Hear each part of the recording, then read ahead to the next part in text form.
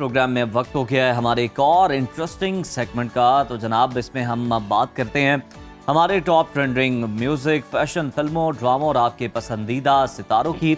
तो इसी पर डिस्कशन करेंगे आज। बिल्कुल जनाब, और शोबिस की दुनिया ही ऐसी दुनिया है जहां हर रोज नए ट्रेंड्स बनते हैं, कहानियां जन्म लेती हैं और इन स्टोरीज को सुनाते हैं हमेशा हमें हारून शुएब, जो कि हमारे और ड्रामा अंदर की भी और उसके पीछे जो बातें चल रही सारा होती हैं ना, प्रेम्बल सेट करते हैं और गॉसिप भी अंदर ऐड ऑन कर सकते हैं। हारून, वेलकम टू सुनो पाकिस्तान। अपने मिजाज के बारे में बताइए और साथ ही साथ हमें बताइए कि टॉप ट्रेंडिंग ड्रामा इस वीक के कौन से हैं।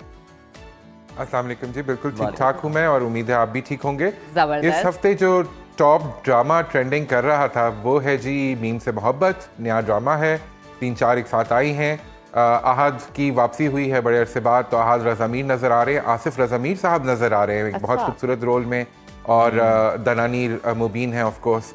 तो ये ड्रामा जो है ये आहिस्ता आहिस्ता जो है नाज़रीन में मकबूल हो रहा है।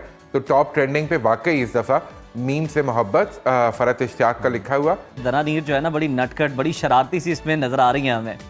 जी, दनानीर जो है वो अपना एक वो जो रोल होता है ना कि वो बबली सी एक लड़की हो और वो शरारतें करती फिरती हो और वो संजीदा सा हीरो है, तो वो एक बड़ी मजे की डायनामिक्स अच्छा हारून, हम परफॉर्मेंस की बात कर रहे हैं, एक्टिंग की अब बात करते हैं, तो बताइएगा कि इस वीक में एक्टिंग के लिहाज से टॉप ट्रेंड कौन कर रहा है, मेल फीमेल? अच्छा, आप बिल्कुल आप ये ड्रामा देख रहे हैं तो फिर आप दनानीर और अहद की एक्टिंग को भी नोट करें कि दोनों बहुत खूबसूरत एक्टिंग कर रहे हैं। दनानीर अपने रोल में बहुत अच्छी लग रही हैं। तो हमने देखा ये रोल उस वक्त से चला आ रहा है जब शहनाज शेख, मरीना खान वगैरह किया करते थे, फिर सारा हमें नज़र आती हैं अक्सर इस तरह के रोल्स में, और फिर अब दनानीर भी हमें नज़र आ रही हैं।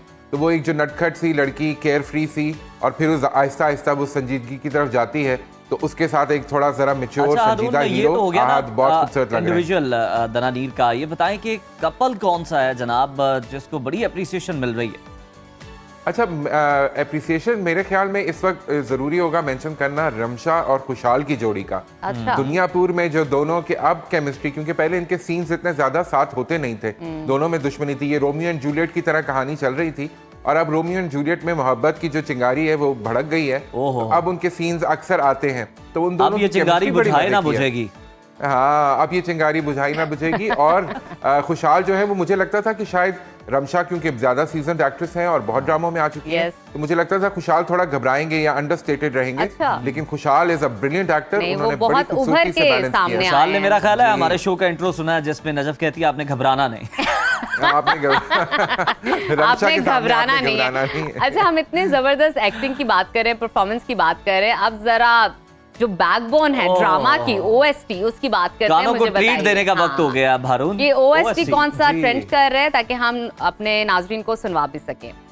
एक छोटी सी म्यूजिक का तड़का भी लग जाए तो वो है कर्ज़े जां का जी ओएसटी, जो कुर्रतुलैन बलोच ने, क्यूबी जो हमारी बड़ी मशहूर उनके तो ओएसटी कमाल हैं, वोकलिस्ट हैं, उन्होंने गाया, बहुत खूबसूरत आवाज़। तो कर्ज़े जां जो नया ड्रामा आप देख रहे हैं उसके अंदर यमुना का, उसके अंदर ये जो ओएसटी है ये इस वक्त जो है वो बहुत खूबसूरत मुझे लगा। जरा हमें ये बता दें कि आवाज़ है जी बहुत ज़बरदस्त है।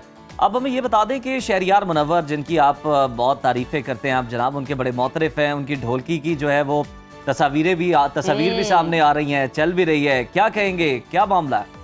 हाँ जी, बिल्कुल ये कहेंगे कि शहरियार की शादी जो है वो अब टेक ऑफ कर गई है, उसके इवेंट्स होते जाएंगे।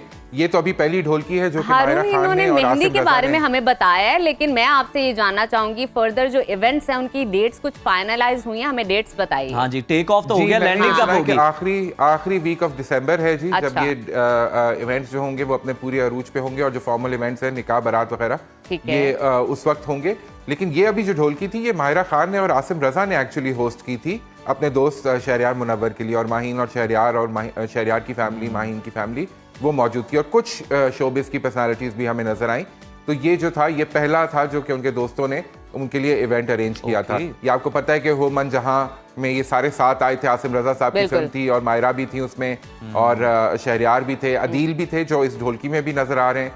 तो अदील और ये सब जो थे ये इस ढोलकी में मौजूद थे। तो हारून, बिल्कुल ये सिलसिला जारी रहेगा तकरीबात का। मुझे ये बताएं कि और कौन कौन से हमारे ऐसे फनकार हैं, फनकार आए हैं जिनकी शादियां आप करवा रहे हैं आने वाले दिनों में? देखिए मुझे तो जो है वो नहीं पता कि किन किन की शादियां होने वाली हैं, लेकिन जिनकी देखिए आप ऐसी बातें ना करें, आप ऐसी बातें ना करें कि आपको नहीं पता। जिनके इम्कानात नजर आ रहे हैं जी, उसमें है मुझे काफी अरसे से वैसे बिलाल और दुर्रे फिशां की कोई खबर नहीं आई, तो मुझे पता नहीं कि क्या कहानी चल रही है वहां पे, क्योंकि वो कुछ हमने सुना था कि कुछ इस तरह की उड़ती उड़ती कि वहां पे भी कुछ इसी तरह का सीन डेवलप हो रहा है। फिर अहद और रमशा के बारे में जो है वो हम कोई खबर सुनने के लिए बेताब है, क्योंकि आपको पता है कि जब अवार्ड शो हो रहा था अभी रिसेंटली एक, तो ये लंदन में दोनों जो थे वो साथ चल रहे थे। अभी सोशल मीडिया के ऊपर उन्होंने एक दूसरे को बड़ा कमेंट्स किए एक दूसरे की पोस्ट के ऊपर, तो कुछ वहां भी मुझे लगता है कि वो चिंगारी जिसकी बात कर रहे थे उज़ैर थोड़ी देर पहले, वो चिंगारी कहीं भड़क रही है। तो अब देखते हैं कि वो उससे क्या निकलता है। फिर इसके बाद गोहर और कुबरा की जो है वो भी कुछ खबर आ रही है कि गोहर और गोहर रशीद और कुबरा जो हैं वो भी शायद कोई धमाका कर सकते हैं, कि उनके फैंस जो हैं वो इंतजार कर रहे हैं कि कोई खबर आ जाए, कोई कंफर्मेशन आ जाए। तो लेट्स सी कि गोहर और कुबरा इस बारे में क्या कहते हैं। अच्छा, और फिर मावरा और हारून, ये तो हम अभी सारी शादी के हवाले से बात करें, दिसंबर तो शादियों का सीजन है, लेकिन हम ये भी देखते हैं कि दिसंबर में बहुत सारे लोगों की बर्थडेज भी होती हैं। तो ईमान अली की बर्थडे है आज, और एक तो उनको बहुत बहुत मुबारक हो, साथ ही साथ हमें कुछ अंदर की गॉसिप और खबर दीजिए कि कोई सेलिब्रेशंस के हवाले से कोई तकरीबात हो रही है, क्या हो रहा है इस सालगिरह पे, किस तरह जश्न मनाया जाएगा। ईमान जो है वो, ईमान की आज सालगिरह है, तो उनको हमारी तरफ से पूरी टीम की तरफ से बहुत बहुत सालगिरह मुबारक। और ईमान की जो है वो आमतौर पे अब मैंने देखा है कि अंडरस्टेटेड ही वो रहती हैं, तो वो अपनी फैमिली के साथ, अपने हस्बैंड के साथ, जिनके साथ उनका एक बहुत क्यूट रोमांस है जो हमें अक्सर इंस्टाग्राम के ऊपर नजर आता है, उनके साथ वो एक अपनी फैमिली इवनिंग करेंगी और वहीं पे केक कटिंग भी होगी।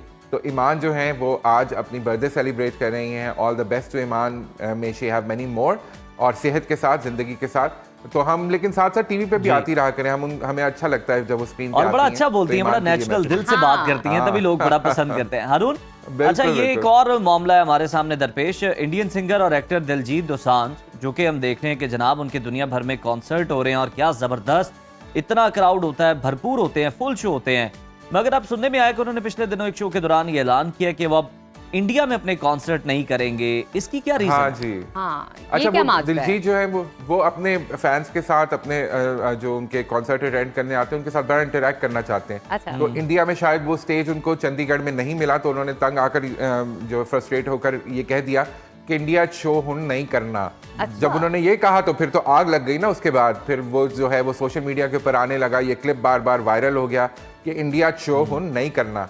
तो फिर वो जो है उन्होंने ट्वीट भी किया इसके ऊपर, उन्होंने कहा कि असल में मैं ये कह रहा था कि चंडीगढ़ में स्टेज जो था वो इस काबिल नहीं था कि उसके ऊपर परफॉर्मेंस की जाती जिस तरह का शो मैं करना चाहता हूँ। अच्छा हारून, ये जो मिजाज है कि कोई भी सेलिब्रिटी कोई स्टेटमेंट दे देता है तो उसके 2 से 3 मतलब निकल आते हैं, 3 से 4 पर्सपेक्टिव आ जाते हैं मीडिया पे लोगों की तरफ से। ये माजरा मेरे हाल में पूरे एशिया में बहुत सेंसिटिव है, क्योंकि हमारी तरफ भी होता है, इंडिया में भी है ना, वो मतलब निकाल लिया जाता। बिल्कुल ऐसे ही है। और फिर हमारे सेलिब्रिटीज को नीचे ट्वीट करके वो देना पड़ता है, वजाहत देनी पड़ती है कि हम वो क्या कहना चाह रहे हैं। कई दफा ट्वीट डिलीट भी करनी पड़ती है। जीत ने भी अपनी ट्वीट डिलीट ऐसा भी हुआ है, बिल्कुल ऐसा भी होता है, हमारे यहाँ भी होता है।